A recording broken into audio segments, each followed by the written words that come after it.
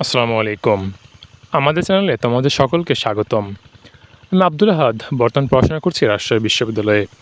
আজকের এই ভিডিওতে তোমাদের এসএসসি 2026 ব্যাচের জন্য তোমাদের গণিতের নবম অধ্যায়ের অর্থাৎ ত্রিকোণমিতির সবচেয়ে গুরুত্বপূর্ণ কিছু অঙ্কের সাজেশন দিব, যেগুলো তোমরা ফলো করলে আশা করা যায় ইনশাল্লাহ এখান থেকে তোমরা সর্বোচ্চ পরিমাণ কমন পাবে। চলো তাহলে শুরু করা যাক।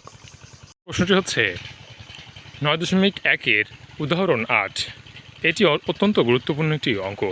তোমরা অবশ্যই এটি খুব ভালোভাবে সমাধান করবে এবং অবশ্যই বেশি বেশি সমাধান করবে, যেন পরীক্ষার হলে খুব কম সময়ের মধ্যে এটি উত্তর করতে পারো। এবং তার পরবর্তী অঙ্কটি হচ্ছে উদাহরণ 10।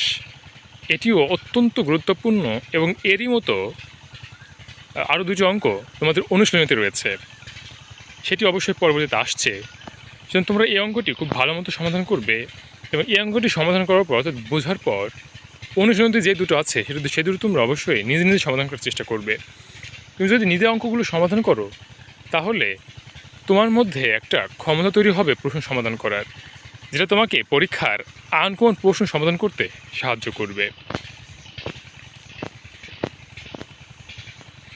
এখন তারপর হচ্ছে 9.1-এর অন্যতম গুরুত্বপূর্ণ একটি অঙ্ক হচ্ছে এই উদাহরণ 11।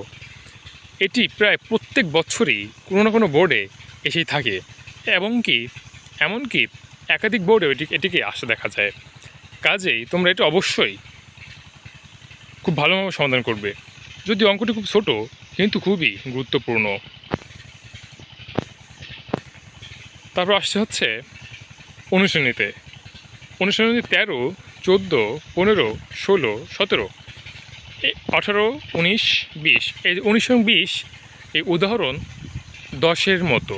কাজে উদাহরণ 10 বুঝলে তোমরা 19 আর 20 অবশ্যই পারবে। আর এদিকে 13 নং ভালো মতো বুঝলে 14, 15, 16 এগুলো তোমরা অবশ্যই সমাধান করতে পারবে নিজে নিজেই।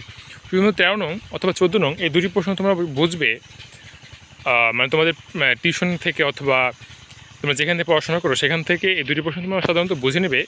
তারপরে পরবর্তী দুটি অর্থাৎ 15, 16 এই দুটো প্রশ্ন তোমরা নিজে নিজে সমাধান করবে।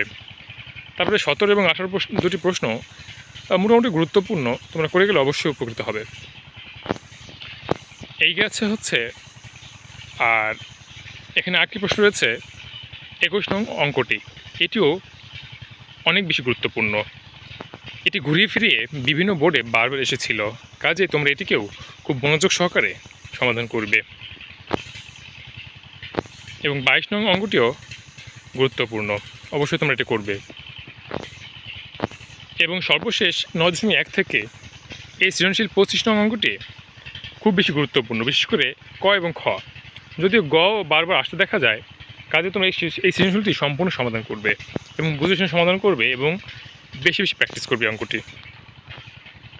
তারপর আসে হচ্ছে 9.2-এর উদাহরণ 14। এটিও কিন্তু অত্যন্ত গুরুত্বপূর্ণ, বিশেষ করে খ, ক, খ এবং ঘ এই তিনটি প্রশ্ন, অর্থাৎ গ ব্যতীত বাকি তিনটি প্রশ্নই অত্যন্ত গুরুত্বপূর্ণ। এবং এখানে যে তুমি ক নং প্রশ্নটি দেখতে পাচ্ছ অনুশীলনীতে এটির মতো আরও 2-3টি অঙ্ক আছে। তাহলে তুমি যদি এটি বুঝে ফেলতে পারো তাহলে অনুশীলনীর সেই অঙ্কগুলো তুমি অবশ্যই সমাধান করতে পারবে।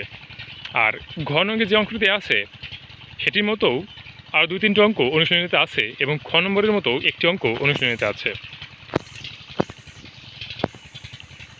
এই দেখো 18, 19, 20, 21 সবগুলোই 18, 19 এবং 21 ওই উদাহরণ 14-এর ক নংয়ের মতো, এবং খ নংয়ের মতো হচ্ছে উদাহরণ 20 নম্বরটি, এবং উদাহরণ ঘ নংয়ের মতো এই 4টি অঙ্ক। কাজে তোমরা ওই উদাহরণটি খুব ভালো মতো সমাধান করার পর এগুলো নিজে নিজে প্র্যাকটিস করবে। আর যেখানে বাদবে সেখানে তোমরা অবশ্যই একটু হেল্প নিবে, অন্য কোনো কিছুর টেস্ট পেপারের সলভ নিবে অথবা তোমার টিচারের হেল্প নিবে অথবা ইন্টারনেটের হেল্পও নিতে পারো।